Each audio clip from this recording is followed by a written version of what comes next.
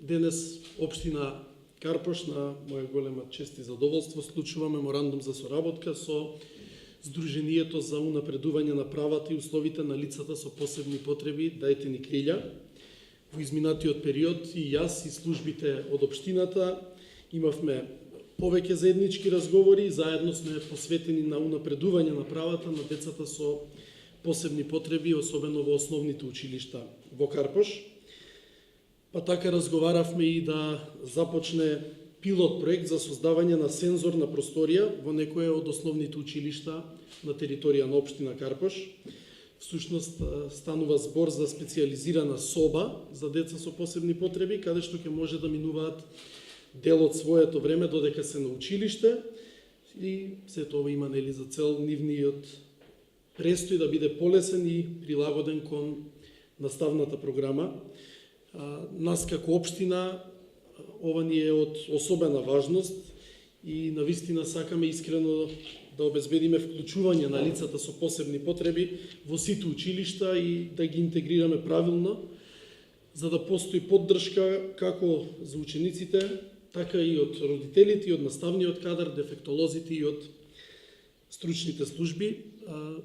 Јас се надевам дека овој меморандум и овој иден проект ќе ни бидат само првиот чекор и дека во иднина ќе имаме многу заеднички проекти со кои што заедно ќе им помогнеме на децата кои често велиме дека се нашето најголемо богатство. Навистина, кога има добра волја, секогаш лесно се договараат работите. Значи, се она што го предложивме, најдена убав одзив од ваша страна, од страна на општина Карпош, и сега останува да ги сработиме работите. Ние се одлучивме за Димо Хаџидимов, затоа што Димо Хаџидимов е, морам да кажам, едно од училиштата во Скопје, можеби во Македонија, каде што е најдобро направена инклузијата на лицата со попреченост. И бројката е навистина така поголема. Се работи за големо училиште, училиште кое исто така има пристапност, училиште кое што е на приземје, значи нема катови, убаво организирано, секогаш средано, така да во оној период на работење на нашата организација, на нашето здружение Дајте ни крилја, многу често сме разговарале и со странски представници, стручни лица, предавачи овде кои што зборувале за инклузивно образование. Она што во Македонија се случува во инклузивното образование, значи е многу, да речам, на почеток. И едноставно сега ние се учиме како да правиме инклузивно образование.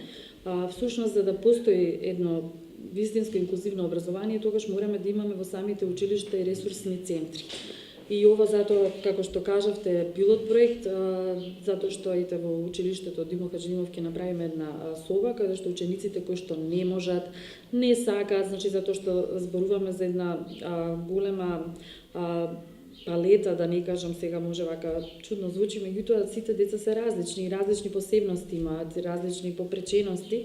И тие дечиња имаат потреба некогаш да излезат, да направат, значи, оддишка од наставата, не можат да ја следат, да речеме, наставата на одреден предмет и мора на соодветен начин на нив самодостапен и според нивните способности и потреби да се адаптира дел од таа настава, за да можат дел од времето да го поминат во таа училница и да се опуштат и да научат нешто на соодветен начин на кој што на нив ќе им биде разбирлив.